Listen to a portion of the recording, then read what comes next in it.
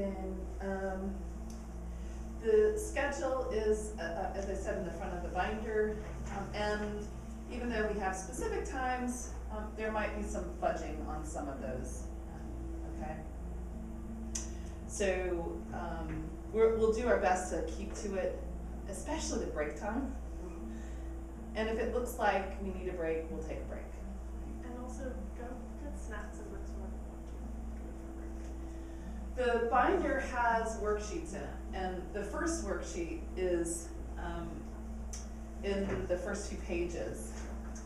And if you'll turn to, Natalie's gonna help me out. I meant to put, I started to put page numbers and everything, and then I forgot to do it all. I think it's actually right after here, I think. Maybe page 5. Is it the self-assessments? No. Here it is. Okay. Page 6. What, you can jot some notes about these questions, but they're good questions to start with. What are your reasons for considering having a business? Because it's a business, it's not just clinical work, it is a business. What's your intention, full-time, part-time, and you've already talked a little bit about that. What's counseling modality are you looking at focusing on? And I think that's one thing that you had said, it's like, I'm not sure what specialty I want to have. And who do you envision having as clients? We will talk about the ideal client or ideal customer. And have you considered what it takes to set yourself up as a business? And like I said before, this is one of the things that counselors really don't tend to think about. And how comfortable are you in charging for what you offer? That was a big lesson for me, huge lesson for me. And I think Natalie would echo that because we had several discussions about collecting money from When you're clients. in an agency, you don't even talk about Right. part of it, so that's a big shift. And then who are your colleagues and what do they charge? So you have to be aware too that you're not supposed to set your fees, as everybody else, but there's also a reasonable and customary kind of fee that counselors or therapists charge. And I'm going to do my best to be as encompassing as possible, because you heard that one of our folks here is an energy worker as opposed to a clinician in private practice. There is a lot that's the same.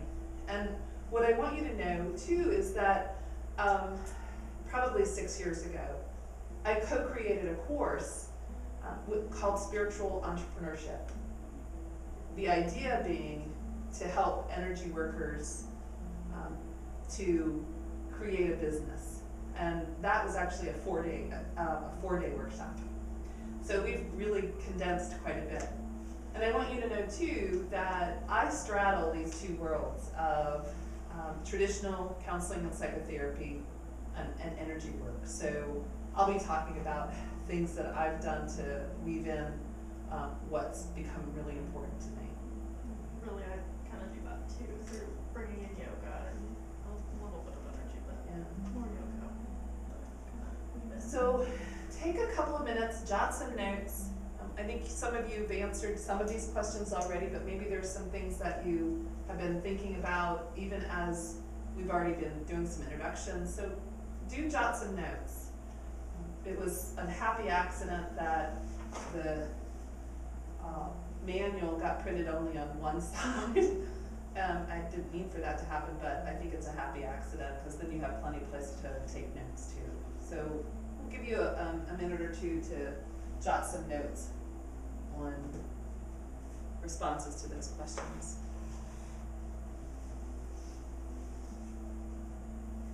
After I forgot about doing this part of it, I spent a lot of time looking at who was doing what in the area. Good. In essence of that. And there's part of that I've heard him talk about that too.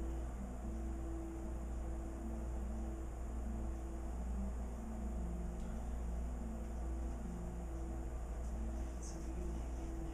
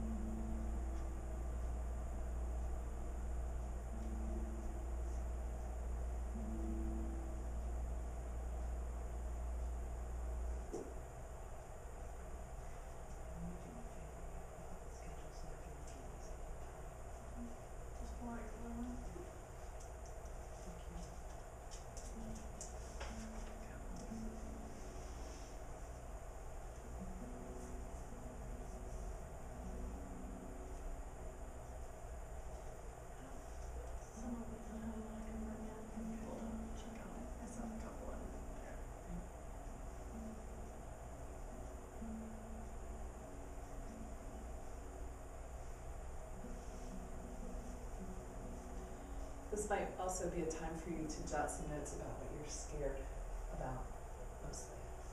Because it's a scary, I think it's a scary process.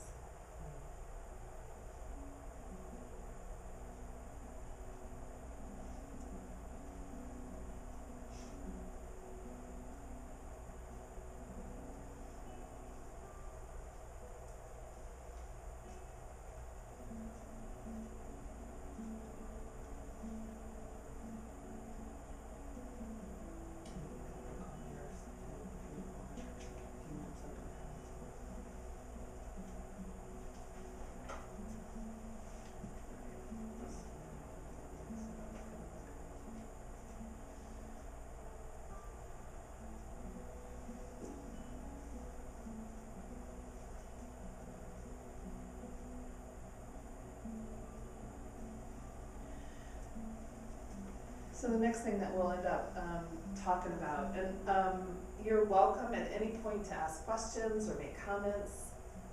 Thank you for that. So I wish I knew when I actually created this, but I can tell you the circumstances.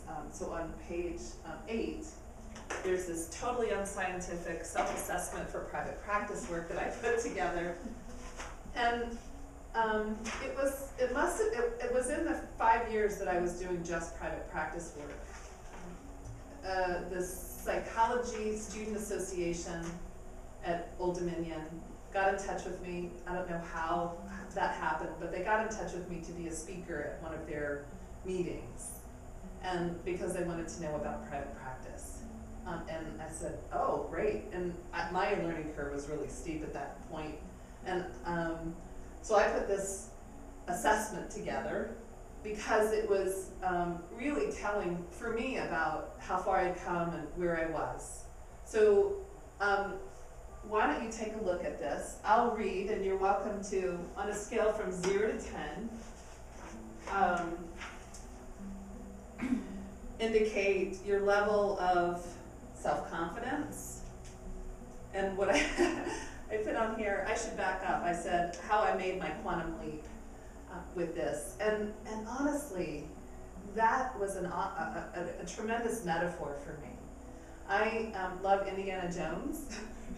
I love adventure, and what the image that I used as a motivational and support for me was, if you've seen any of the Indiana Jones movies, I think it's, I always forget which one it is, but it is when he's going after the Holy Grail. So he's passes through all these big, huge tests that everybody else, dies from, and he gets to this this chasm, and across this chasm, not too far away, is an opening. What a great metaphor, right? And there's nothing there. There's nothing there. And yet he also knows there's a bridge there. You remember that one? So he picks up some sand and throws it out, and it reveals the bridge.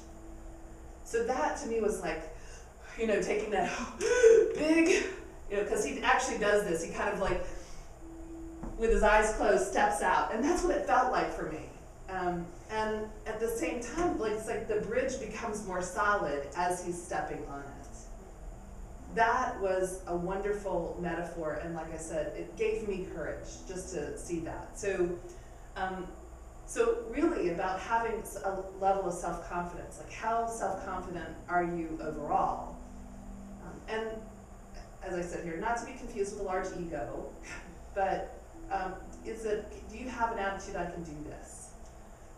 Risk-taking versus desire for security, because this is self-employment, and if you're doing it full-time, if you're doing it part-time, that's a lot less risky. And I think, Natalie, you started doing it really part-time, and well, I had the security that they were willing to let me taper my hours at my other job as I increased this, which was really lucky. So I got to, but there was still that point where it's like, I gonna do this? Am I gonna leave my job? So that's even kind of jumping. Because in self-employment, if you don't work, you don't get paid. Right? So there aren't sick days. But there are, so you just have to be aware of how you take care of yourself. All right, so the next one is how flexible or adaptable are you? Because that's an important aspect. So on a scale from 0 to 10, 10 being the most. How much support do you have from other people around you? I'll say that when I first started with private practice, I was married, and you hear the past tense. I actually went through a divorce, and the first year that I was, or separation and divorce, the first year that I was in private practice. So the security that I stepped out with actually got pulled away, and that really interfered a lot with my self-confidence. Seeing things realistically and or having good investigation skills. And I grouped all the clinical skills together because these are the skills that most of us have already, right? So you have a setting that you've been in, and we have most of the clinical skills. So knowledge of normal versus abnormal behavior, listening skills, observation, giving feedback, summarizing, paraphrasing, confrontation, crisis intervention, how to recognize and process transference and countertransference, consultation with others about clients and case management. All of those as I see as clinical skills. There's a lot more than that, but you can tell I was teaching as an adjunct too, so I had some. And then writing skills, which are part of the clinical skills too, but writing treatment plans, case notes, and other writing skills, which we'll talk about as we go too, because those are going to be really important. And then number 8, a recognized and developed expertise in something. There's been a discussion on one of the discussion boards for counselors, like how long do you have to study something in order to become an expert at it? And that's a great question. And I would say that if you have an interest in something, then that's a good clue to a direction that you want to go for expertise. Follow through skills, because nobody's going to be saying, Susan, did you do this? Creativity and inventiveness, because I think this is a creative process to develop a business, in addition to the creativity that's involved in working with our clients. And then the ability to seek help or access to peer supervision, and making sure you're going to share your worst mistakes. A desire to learn and grow. Ability to work independently and autonomously, which is certainly related to follow-through skills. Ability to create work for yourself, because you have to develop a task list based on what you need to do in order to make your practice successful and viable. Marketing skills, and there are lots of different ways to market. So please know that if you look at that and say, which is what I did, please know that we'll share with you some skills, some tips that we've learned along the way. Outreach and networking skills, which are related to marketing. Patience and perseverance. Accounting, which is why we have, I know, I see faces like, I know that was my worst one. What? And okay, so here's my, and I don't know if Sabrina will let you know. So I am horrible. I've been horrible, like at the accounting part. And that's why I found somebody who could really help me. So that's why I've asked Sabrina to come and talk to you all, because that's, if I were to, even now, as much as I know what I can deduct, and I'm telling you I deduct everything. But even knowing all of that, the thing that I would put on my calendar once a week, do bookkeeping, I do everything but bookkeeping, so. I'll like clean the office. And now it's my first tax season coming, so I'm getting ready to learn like my mistakes are. Right. So, all right, and then ability to talk about or collect money from clients, that's a big thing, because if you're gonna do this yourself, you've gotta be talking about money with people.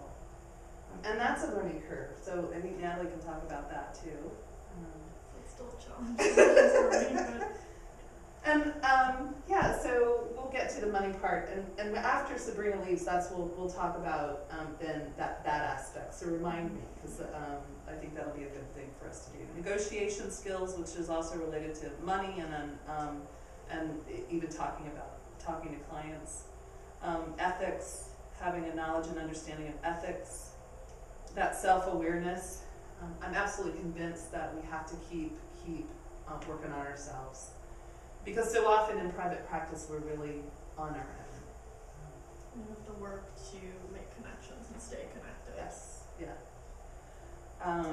High motivation, enthusiasm, energy, whatever that looks like for you, it's going to look like Natalie has a high level of motivation. It looks really different from the energy that I have, and I appreciate that you'll see a difference in how we each approach this. And then a great sense of humor, because you got to be able to laugh at your mistakes. So what are some things that stood out for you? Like if you could say, the things that I really want to make sure, because I'll add them to this list too, that I started. What stood out for you in that? I think one thing that stood out for me is the support from others piece, because I feel like I have that in my personal life regarding doing this, but one of the fears I have about private practice is being isolated. Yeah. Because I've always worked on a team and had colleagues, so it was easy to get consultation or get support. Right. So how to create that in a private practice. Yeah. And also as you're gonna be newly licensed, so I was newly licensed, it was like, so I'm stopping supervision. Yeah. This is going on my own, so I didn't stop supervision first, and so you have to find consultation groups and things like that. Yeah. And online, there's a lot of online communities too. Two things for me, the marketing and networking, of course. And then the whole like accounting and taking money from clients. Those are my weak areas, I would say. For me, the money, and I don't know if it'll pertain to me more than others, but that gray area of working with friends and people in my personal life. Family's not so easy. I mean, not so hard. Don't charge them. I can't charge my mom to work on her. But then there's that next layer out of friends, and I just feel like I'm in a real gray area with that. It is, and in counseling we call it dual relationships or multiple relationships, and you do have to be mindful of that. And and yet I have to say that I have offered consultation to friends, because my specialty for the longest time has been career counseling, and there was nobody else in this area that did career counseling, and as a specialty. Like, that's a good specialty to have, then, isn't it?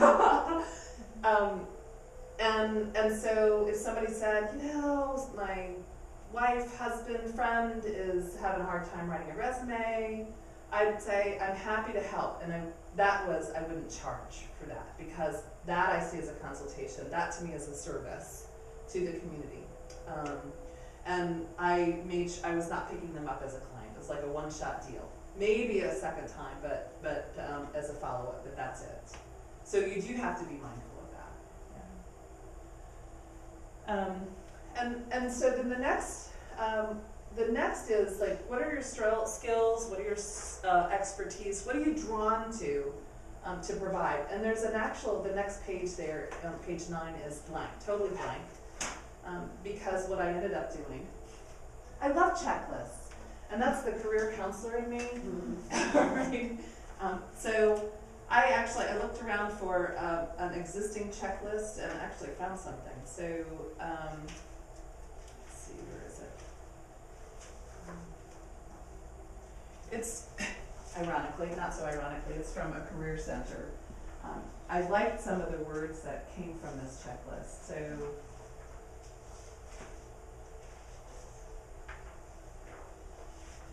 I'll give you a few minutes to scan it because this is going to be really helpful for you as you're thinking, how do I go about doing what I do? That's an important question. How do you go about doing what you do? Are you accurate? Are you analytical? Are you approachable? Are you authentic? Those are words that stood out for me. And they'll be helpful as you're describing who you are and how you intend to help people. So for example, when I talk about how I help people, I say I help people to become more of their authentic self. Do you see where that comes in then too? Because it's important to me to be authentic. And if you want more than one of these checklists, I'll be glad to give you more than one. This would be good for friends. Yeah. When I make the most of positive things. Oh about yeah, myself. yeah.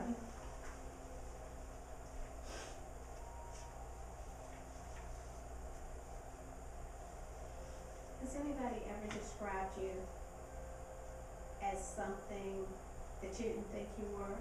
Oh yeah.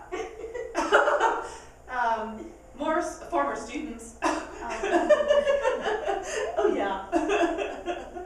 Yeah, I got a thank you card from a family, but the family was very gracious, but they said something about my straightforward way of presenting things and how I did it when it needed to be done.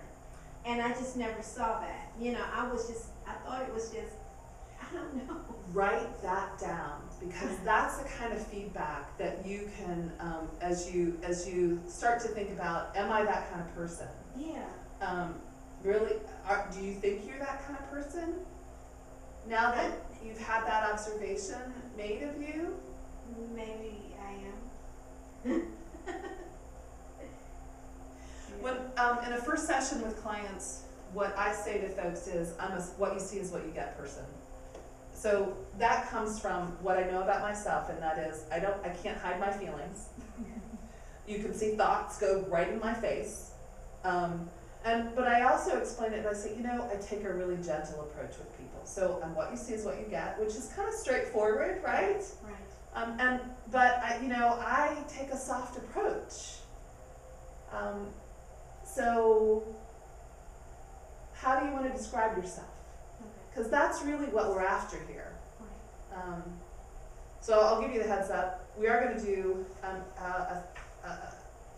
an elevator speech tomorrow, and we'll talk about what that means. And that's the reason that I'm giving you a chance to really start thinking about, who am I? Because in the work that we do, I've said over and over again, we are the instruments of our work. People see our energy, they see our demeanor, they see that it's right out there. And you've probably been around people who have a shield up. And as a private practitioner then, how do you attract clients if you have a shield up? Which is different from being an introvert.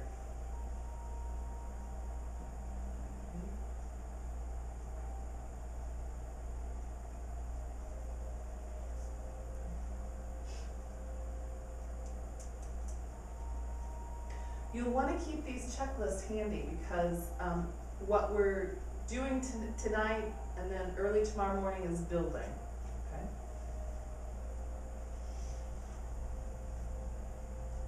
Oh, you did good. That's really great. What was it supposed to be? I know, it's supposed to be later. We're going like that, that's good.